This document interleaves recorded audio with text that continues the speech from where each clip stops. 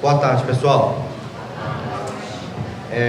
Com muito prazer que venho aqui novamente para falar de dois temas que me são muito cativos: o Espiritismo, por onde estamos, e a Ecologia, que é um dos meus meios de trabalho também no campo da geografia. E há um tempo atrás eu já vinha pensando nesse tema numa vertente um pouco diferente, não só de espiritismo e não só de geografia, no caso a ecologia, mas como que esses dois temas andam em comum. No caso, com o questionamento que até onde vão as consequências do orgulho e do egoísmo, porque é muito comum estudar orgulho e egoísmo comigo, com o próprio eu. É muito comum estudar ecologia com um problema ambiental que acontece longe da minha casa. Mas eu tentei misturar esses dois temas para ver até onde vão as consequências do orgulho e do egoísmo. Primeiramente, vamos a alguns significados, né? No caso, o Espiritismo é uma doutrina de cunho filosófico-religioso voltada ao aperfeiçoamento moral do homem por meio de ensinamentos transmitidos por espíritos desencarnados que se comunicam com os vivos através de médiuns, ou um conjunto de práticas e fenômenos associados a essa doutrina. É uma maneira de se caracterizar o Espiritismo. E a Ecologia? É uma ciência que estuda as relações dos seres vivos entre si, ou com o meio orgânico ou inorgânico no qual vivem. Estudo de relações recíprocas entre o homem e o seu meio moral, social e econômico. Percebam que a moral aparece para dar característica aos dois temas. Então a gente vai começar a ver aqui que muita parte do tratamento que a gente faz aqui, ele é baseado em problemas físicos que nós vivenciamos no nosso dia a dia, pela atenção exacerbada que se dá ao meio físico, ao invés de se dar uma atenção ao meio moral, e a gente vai ver enquanto que o meio ecológico sofre de consequências em relação a isso daí. Na Revista Espírita de julho de 1869, diz assim: o egoísmo tem origem no orgulho. A supremacia da própria individualidade arrasta o homem a considerar-se acima dos demais, julgando-se com direitos preferenciais. A importância que por orgulho se atribui torna naturalmente egoísta. Muitas das relações que nos trazem até aqui é por conta disso. É o que eu acho que o outro fez comigo, é o que eu interpreto que seja a verdade, é o que eu acho que o outro deva fazer perante aquele assunto que está acontecendo, sempre o que eu acho e não o que o coletivo acha como um bem comum. Isso é uma das facetas que o orgulho tem. O orgulho e o egoísmo são as duas maiores chagas da humanidade. Isso inúmeros palestrantes já falaram em várias palestras, centros espíritas e por aí vai. Mas um tem origem no outro. O egoísmo tem origem no orgulho e vice-versa. Quanto que eu acho que o mundo inteiro está contido dentro do meu próprio umbigo, quanto que as minhas opiniões são mais importantes do que as opiniões do outro. Como que eu acho que, nesse exemplo que eu dei, né, que eu não quero a opinião do outro, eu quero a minha opinião saindo da boca do outro. Assim, o egoísmo e o orgulho têm origem no sentimento natural, o instinto de conservação. Todos os instintos têm razão de ser e utilidade, pois que Deus não faz coisa inútil. Deus não criou o mal. É o homem que produz por abuso dos seus dons divinos em virtude do livre arbítrio. Então o mal que está acontecendo com você e que te trouxe na casa espírita é consequência do teu livre arbítrio. O teu orgulho de alguma forma te fez tomar atitudes que geraram consequências. Você, de uma forma ou de outra, não está gostando dessas consequências, provavelmente procurou médicos terráqueos, não obteve muito êxito e veio a uma casa espírita procurar uma solução para um problema que foi causado por você mesmo, de acordo com o teu livre-arbítrio. E como que o planeta age com isso? Porque ele não tem para onde correr, digamos assim. Nós ainda temos a casa espírita. As maquinhas vão estar sempre esticadas ali para todos nós. E quando essas consequências atingem o planeta? Continuando, a necessidade do ter e do ser, derivadas do orgulho e do egoísmo, alteraram a dinâmica natural do planeta, levando ao colapso ambiental que vivemos hoje em dia.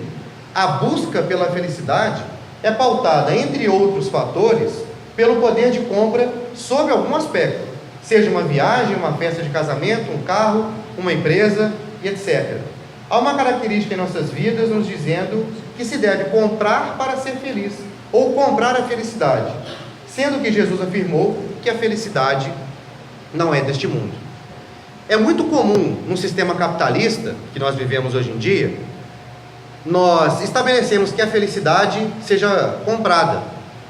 Eu, por exemplo, só posso falar por mim, mas eu fui criado pelo meu pai e minha mãe com uma característica de você deve estudar para você conseguir boas notas, para você conseguir passar no vestibular, para você conseguir boas notas na faculdade, conseguir um bom emprego, conseguir uma casa, um carro e sustentar a sua família.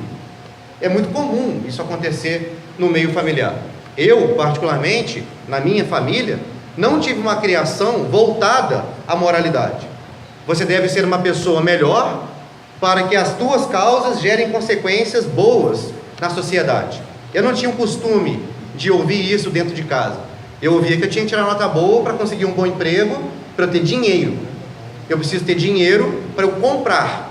Aí vem a necessidade do ter coisas materiais para eu me sentir inserido na sociedade.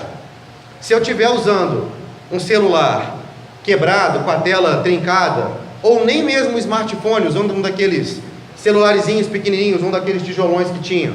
Se eu tiro um celular daquele do bolso para atender, as pessoas me olham quase que gozando da minha cara, porque você não está comprando, você não está injetando dinheiro na sociedade, você não está fazendo parte do meio social. Então é preciso você comprar coisas, muitas vezes, para se sentir inserido no meio social. Comprar uma coisa da moda, um celular mais moderno, um carro melhor, muitas vezes para mostrar para o outro que você tem aquilo. Porque quando a gente, normalmente, se veste bem para ir a um evento, você não está vestindo bem para você, uma roupa bonita. Você quer mostrar para o outro o quanto você está bonito. Porque você não se veste bem para ficar em casa. Você se veste bem, digamos assim, todo enfeitado, para mostrar para o outro que você tem um sapato legal, que você tem um vestido legal, um terno legal, e por aí vai. E nisso é necessário comprar. Mas até quando o ato da compra, para eu me sentir inserido no meio social, porque muitas vezes eu estabeleço a compra como uma fuga da minha realidade, onde eu não gosto daquilo que eu estou vivendo, e eu preciso me sentir bem comprando, qual que é a consequência ambiental que isso gera? Ou seja, como que o meu destemperamento mental de não me sentir aceito pela sociedade me faz comprar coisas, e o que isso, num somatório de 7 bilhões e meio de pessoas, tem de consequência para o sistema ecológico do planeta. Como dizemos aqui, Jesus diz que a felicidade não é deste mundo. Lá no Evangelho, no capítulo 7, no versículo 12, vai dizer justamente isso. Não sou feliz, a felicidade não foi feita para mim, exclama geralmente um homem em todas as posições sociais. Isso, meus caros filhos, prova melhor do que todos os raciocínios possíveis a verdade dessa máxima do Eclesiastes: a felicidade não é deste mundo. Com efeito, nem a riqueza, nem o poder, nem mesmo a florida juventude são condições essenciais da felicidade.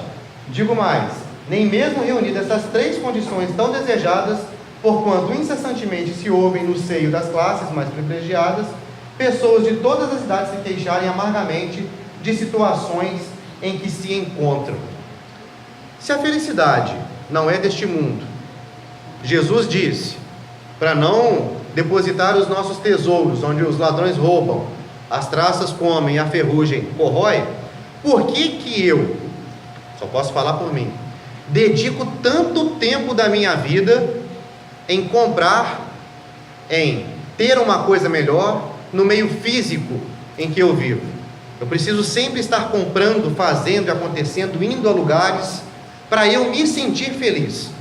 E aí vem Jesus e fala que a felicidade não é deste mundo. Por quê? Então, em algum momento, vai se inserir felicidade no mundo para que a felicidade possa ser deste mundo? Não. A felicidade não é deste mundo porque nós não a compomos ainda.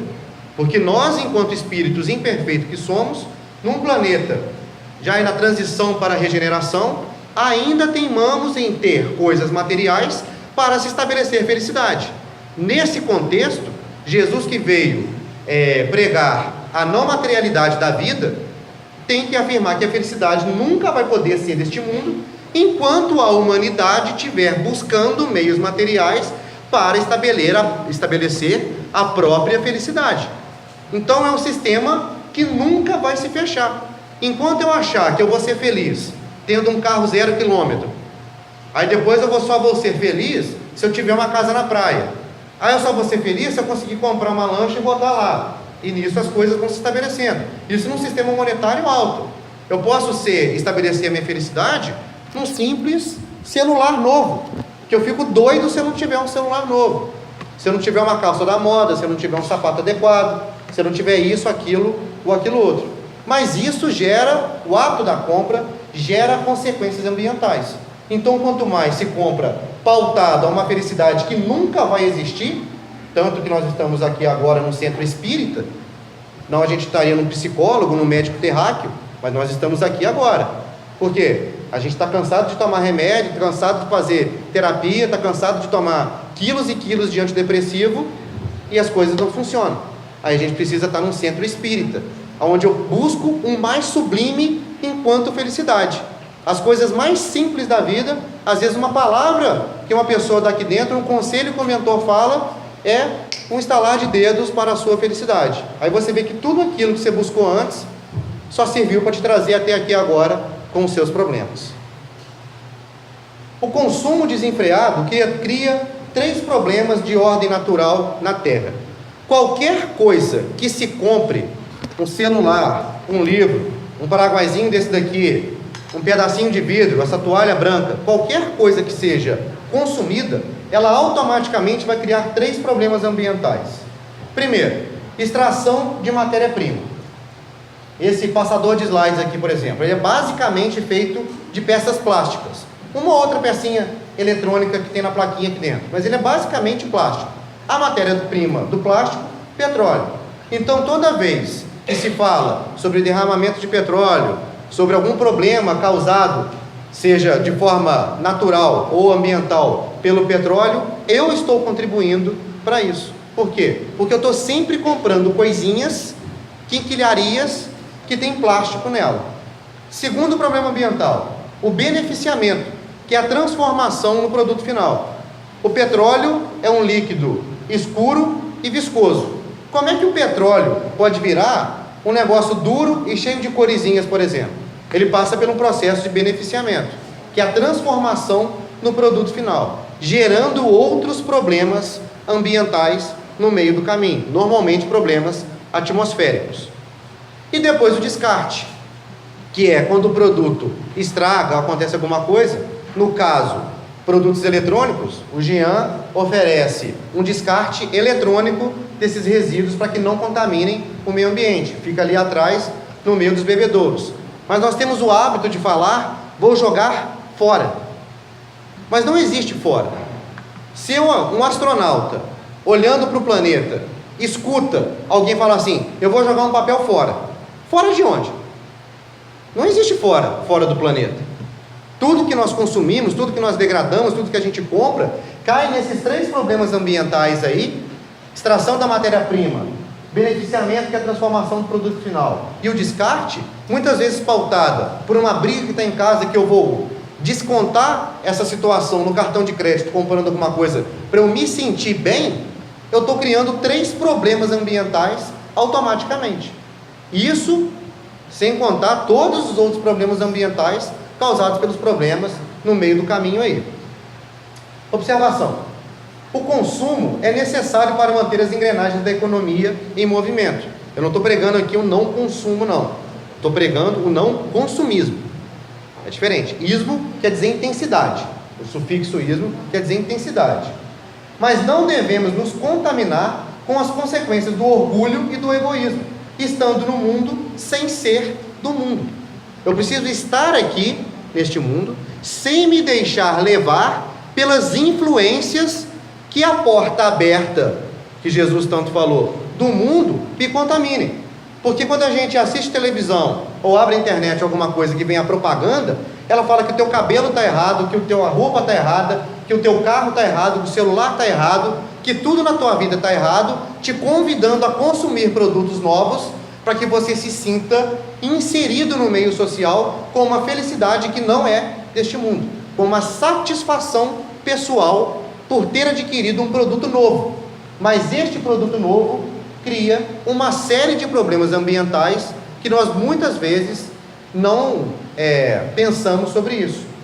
Pautado nesse raciocínio de consumo e consumismo, de pregar que as engrenagens do consumo estejam rodando para que se mantenham os empregos. Hoje nós estamos aí no atual governo com 14 milhões de desempregados, então a gente vê que o consumo ele é importante para manter as portas abertas das empresas. A terra pode oferecer o suficiente para satisfazer as necessidades de todos os homens, mas não a ganância de todos os homens. Quem disse isso foi Gandhi. E Jesus falou que a necessidade do material é inerente do ser encarnado. E ele, ao falar sobre o rosto de César na moeda, explicou bem isso, mas nos asseverou a não esquecer de Deus. Então, quando o cobrador de impostos vai lá pedir o dinheiro a Jesus, Jesus manda dar a moeda, ele fala: a cara de quem que está nessa moeda aí? O cara pega, vira, de César. Então, dê a César o que é de César. Ele ratificou que nós precisamos correr atrás das nossas coisas para sustentar a nossa vida num meio, aí usando de anacronismo, trazendo para 2019, num meio capitalista. Significa dizer, então Jesus está afirmando que eu posso correr atrás de um emprego melhor, ganhar mais, para eu ter mais coisas. Sim, você pode ter as suas coisas, mas tome cuidado para não deixar essas coisas dominarem a sua vida. E muita gente não lembra a segunda parte da frase: dê a César o que é de César, mas dê a Deus o que é de Deus. Então, é um meio termo, como tudo na vida, é um equilíbrio. O que muitas vezes acontece é que 99% do tempo, nós, enquanto sociedade, ficamos buscando somente dar a César o que é de César, justificando os nossos atos, os nossos consumismos, porque eu tenho que botar a roda da economia para funcionar, eu tenho que me sentir inserido na sociedade, eu tenho que fazer e acontecer. Mas foi de tanto dar a César o que é de César e de menos dar a Deus o que é de Deus, que nós estamos com os nossos problemas aqui agora, numa casa espírita, sábado, 15 para 5 da tarde, com um tempo bom, onde eu poderia estar fazendo qualquer outra coisa na minha vida, mas eu estou aqui, sentado, tentando me melhorar moralmente, porque eu sei que tudo que eu fiz na minha vida só me trouxe até onde eu estou aqui agora. Então, se eu não estou gostando do que está acontecendo comigo, como dizia Einstein, não tem como obter resultado diferente fazendo coisas iguais. Eu preciso mudar o meu comportamento para que as coisas comecem a mudar. E quando eu começo a mudar o meu comportamento, baseado em conselhos de espíritos elevados, eu não vou tendo tão mais necessidade de ficar comprando, adquirindo coisas, me mostrando para a sociedade como uma pessoa, como se fosse um eu mascarado. Eu já começo a ter a noção da minha essência espiritual, onde o mundo não faz, aliás, ele continua fazendo todos os convites, mas eu não vou mais aceitando tanto esses convites, e eu vou modificando a minha vida, consequentemente eu vou tendo uma vida, meio que entre aspas, ambientalmente mais correta, onde se eu estava com muita vontade de trocar de carro, e eu vejo tantas pessoas passando necessidade, eu falo assim, eu posso empregar esse dinheiro de uma forma mais adequada, dando a César o que é de César, mas também dando a Deus o que é de Deus. É interessante a gente pensar na frase, dar a César o que é de César, porque ela é válida. Nós vivemos em uma casa de caridade, ninguém aqui produz dinheiro, temos os nossos mantenedores e as nossas doações. Pergunta para a Graziela ou para a Ana Cristina, que pagam as contas, se o dinheiro não vai fazer falta no final do mês. Se a gente não tiver dinheiro para pagar a conta de luz, a CEMIG não vai ser caridosa em falar que não, eles fazem caridade lá, não vamos cortar a luz deles não. A CESAMA e por aí vai. Então é necessário em um meio capitalista dar a César o que é de César, justifica, mas nunca nos esqueçamos de dar a Deus o que é de Deus. Equilíbrio, não é 89%, não, é 50-50 no meio que a gente vive ainda, até que essa balança pese para o outro lado, agora dando muito mais a Deus o que é de Deus do que a César o que é de César. Vivemos em um sistema progressista. Um termo muito falado dentro do Espiritismo é o suicídio. Existem inúmeras palestras dizendo como é a vida no campo meio espiritual de pessoas que se suicidam. E um ecocídio, o que seria?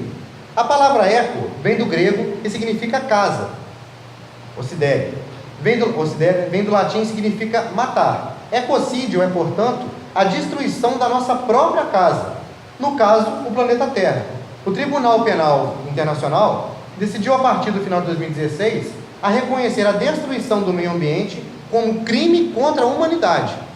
Então, aquele papelzinho que você joga do lado de fora do carro, aquele probleminha ambiental que você acha que é mínimo, mas que num somatório de 7 bilhões, imagina uma binguinha de cigarro, agora imagina 7 bilhões de binguinhas de cigarro.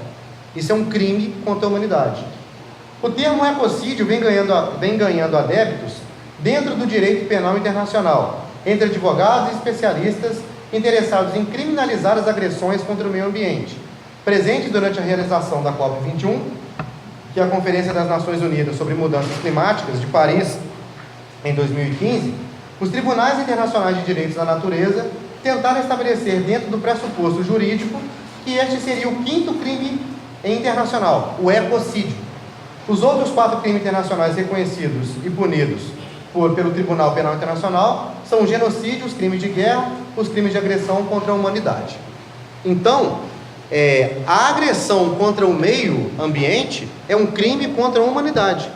Então, a minha cabeça, muitas vezes, contaminada pela porta larga do mundo, onde eu tenho a necessidade de sempre ter para ser, cria, além de outros problemas ambientais, um crime contra a humanidade. Os nossos atos têm consequências. A gente pensa que o que eu estou fazendo não gera consequência para o outro, mas gera. A gente costuma pensar o seguinte: eu estou fazendo mal só para mim, mas isso não existe, fazer mal só para mim. Para quem tem filhos, eu acabei de ter a minha pequenininha ali. Se você ouve de um filho, vou beber até cair, mas eu só estou fazendo mal para mim, você com certeza ao ouvir isso se sente mal. Então não existe essa de que as minhas mazelas são minhas, eu sou assim, síndrome de Gabriela, né? Nasci assim, cresci assim, vou morrer assim. O que eu faço de mal é só para mim, eu que estou me punindo, eu que estou usando, eu que estou fazendo, eu que estou acontecendo. Isso não existe. Tudo que nós fazemos tem uma consequência. São as consequências dos nossos atos que nos trouxeram até aqui hoje. E são justamente as consequências dos novos atos que nós estamos aprendendo numa casa espírita que vão nos tirar dessa consequência que nos trouxe até aqui. Então, sempre causa e consequência, causa e consequência. No meio ambiental é a mesma coisa. A natureza não se degrada. Quando existe uma cheia, por exemplo, de um rio, no meio da floresta, não é um problema ambiental. É uma ação natural de uma demanda hídrica da calha daquele rio. Mas quando o homem degrada a mata ciliar, asfalta, coloca prédios, carros passando de um lado para o outro, redes de drenagem ineficazes, e quando vem a chuva e enche, aí sim é um problema ambiental. E vai falar que a culpa é da chuva, que a culpa é do aquecimento global, que a culpa é do Trump, é do Obama, é de sei lá quem. Aí fica terceirizando a culpa. Sempre terceirizando. Nunca assumindo a sua parcela de responsabilidade perante aquilo que está ali. Tem uma frase que eu comecei não gostando dela, mas eu tive que acabar aderindo, que é: se você não faz parte da solução, automaticamente você faz parte do problema. Seja o seu próprio problema que te trouxe até aqui, o que está escrito na tua receita, ou o que vai ficar escrito ainda, ou as outras consequências que tem na sua vida. Eu não ajudo enquanto essas pessoas que ajudam animais de rua. Eu nunca ajudei esse tipo de ONG. Então, automaticamente eu estou fazendo parte do problema. Eu não estou ajudando. O mal não existe. Existe ausência de bem. Se eu não estou fazendo bem, eu estou fazendo o quê? Mal. Se eu não sou uma pessoa que tenho hábitos ambientalmente corretos, automaticamente eu sou uma pessoa que degrada em 100% a natureza dos meus atos cotidianos. Se eu penso em, quando lavar a mão aqui, fechar a torneira, ensaboar, depois abrir a torneira de novo, aí sim, eu estou me tornando uma pessoa ecologicamente correta. Não aquela fazer parte do Greenpeace, ir lá com um navio lá para negócio de matar baleia, essas coisas, nada disso. São pequenas atitudes. Se uma pinguinha de cigarro cria problemas, automaticamente pequenas atitudes que nós tenhamos em casa também vão criar uma solução muito maior para isso. Se 205 milhões de brasileiros, mais ou menos hoje, de acordo com o censo, economizarem 1 litro de água cada vez que abre a torneira, economizaremos muita água para o futuro que vamos deixar para as nossas crianças, né? Justamente, quais são as soluções para isso? Desenvolvimento sustentável. Não é não desenvolver, é alinhar desenvolvimento com sustentabilidade. A edificação mais aceita, a definição mais aceita para desenvolvimento sustentável é o desenvolvimento capaz de suprir as necessidades da geração atual, sem comprometer a capacidade de atender as necessidades das futuras gerações. É o desenvolvimento que não esgota os recursos do futuro, como tem acontecido pelo contrário agora. Essa definição surgiu na Comissão Mundial sobre o Meio Ambiente e o Desenvolvimento, criada pela Organização das Nações Unidas para discutir e propor meios de harmonizar 2 objetivos: o desenvolvimento econômico e a conservação ambiental. Tornar os nossos hábitos ambientalmente mais corretos. Nós estávamos aqui na semana passada em uma assembleia com os trabalhadores, e para um futuro um pouco distante ainda, a gente pensa em colocar energia fotovoltaica aqui na casa. É um meio do Jean contribuir, além do fator espiritual, para as necessidades físicas do planeta. Colocar ali um coletor de lixo eletrônico, se a gente simplesmente conseguir jogar o lixo de forma um pouco mais separada. Tudo isso num somatório, de acordo com o nosso próprio pensamento, onde eu vou deixando de ver tanto o mundo como uma prioridade, eu começo a enxergar mais a prioridade espiritual na minha vida, eu vou olhando com mais atenção para essas pequenas vertentes. Assim, para finalizar, sempre falamos em deixar um futuro melhor para as próximas gerações. O próprio definição de ecossistema fala sobre isso daí. Mas enquanto espíritas, nos esquecemos que as próximas gerações serão compostas por nós mesmos, de acordo com a evolução e as reencarnações. É muito comum falar assim: vou deixar um planeta melhor para o meu filho, para o meu neto, para o meu bisneto. Sim, mas o seu bisneto pode ser você hoje, digamos assim. Nós iremos reencarnar. E qual planeta que eu gostaria de voltar? Um planeta onde eu vejo quanto lixo jogado no chão, ou um planeta onde as pessoas têm uma noção melhor sobre quanto consumir e quanto descartar, porque a cabeça já está mais voltada para as questões espirituais do que para as questões físicas e econômicas do planeta. O espírita deveria ser o mais fervoroso ativista defensor do ambientalismo, pois ele tem consciência que retornará a esse planeta um dia, mas em quais condições o encontrará? Nós estamos vivendo uma transição agora de provas e expiações para a regeneração. Vai ser a salvação da lavoura? Não. As coisas vão começar a melhorar, para lá no futuro efetivamente melhorarem. Mas só vão começar a melhorar de acordo com atitudes individuais da sociedade. Todas as atitudes individuais da sociedade criaram o mundo que nós temos hoje. Consequentemente, as novas atitudes das novas gerações que estão chegando aí, a gente vê a quantidade de crianças que já estão inseridas em um meio espírita, como outra religião também tem, mas mais moralizado. Então o futuro vai dizer que nós estaremos pessoas também mais ambientalmente corretas, de acordo com a evolução do próprio espírito. Tá certo, gente? Eu agradeço a oportunidade de poder falar, espero que tenha sido esclarecedor, espero que todos nós entendamos também a parcela de responsabilidade moral que nós temos com o nosso planeta, dentre outros fatores também. Tá certo? Obrigado, boa tarde.